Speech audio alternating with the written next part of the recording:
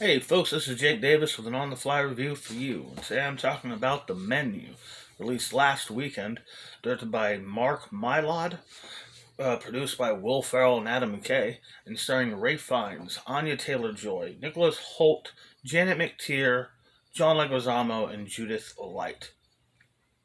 The whole setup here is Fiennes is the world's most one of the world's most famous chefs who owns the most exclusive kitchen runs the most exclusive kitchen in the world, a private island that can only be reached by ferry, where everything is slaughtered and grown and fermented right there on his island.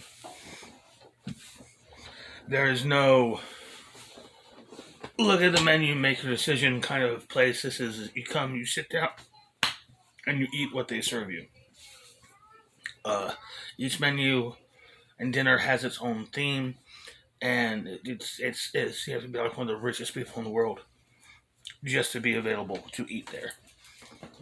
Well, this particular dinner, he's invited his regulars, critics, rich people, and other celebrities who've kind of made his life a living hell and have more or less taken the passion he has for his art away from him. So him and his occult-like staff are gonna slaughter them.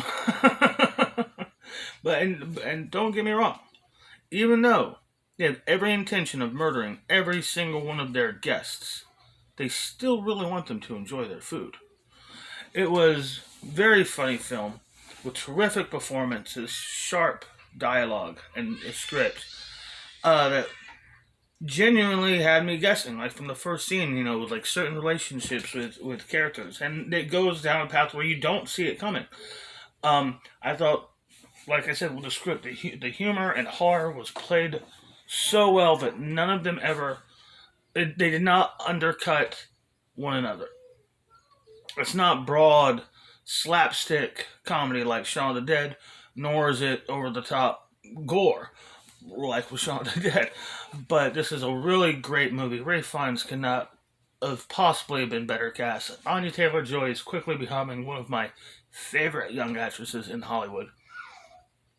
Just every time she's in something, she's terrific in it, and she's never really quite the same. And then Nicholas Hoult just quietly steals this fucking movie. I always thought Hoult was a good actor, but in this and in Warm Bodies, he really had these performances where he could show off and show out.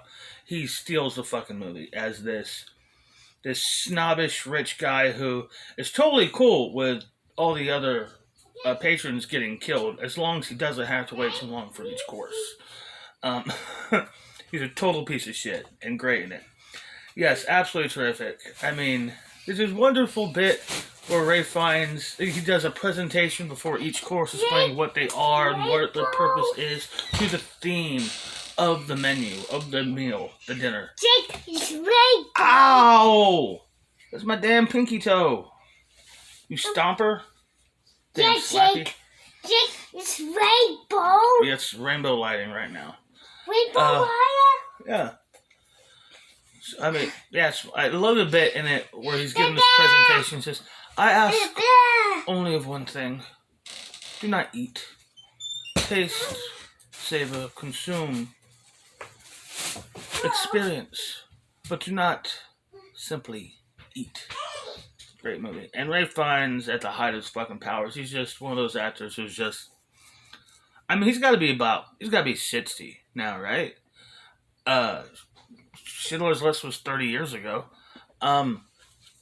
Yeah, I mean, the guy just gets better and better. Older he gets, the more films he does. Doesn't matter if he's the lead role. Doesn't matter if he's a scene-stealing supporting role. She's always fucking great. Perfect example. Grand Budapest Hotel is genuinely one of my all-time favorite movie performances. Him as M. Gustav H. I'm afraid so, darling. Anyhow, easily giving the menu 5 stars. It's just yet another excellent horror movie in a stacked year of horror movies. X and Pearl were both genuinely great. Barbarian was fucking awesome. The Black Phone was a really fun movie. Smile was a pleasant surprise, and I absolutely loved the menu as well.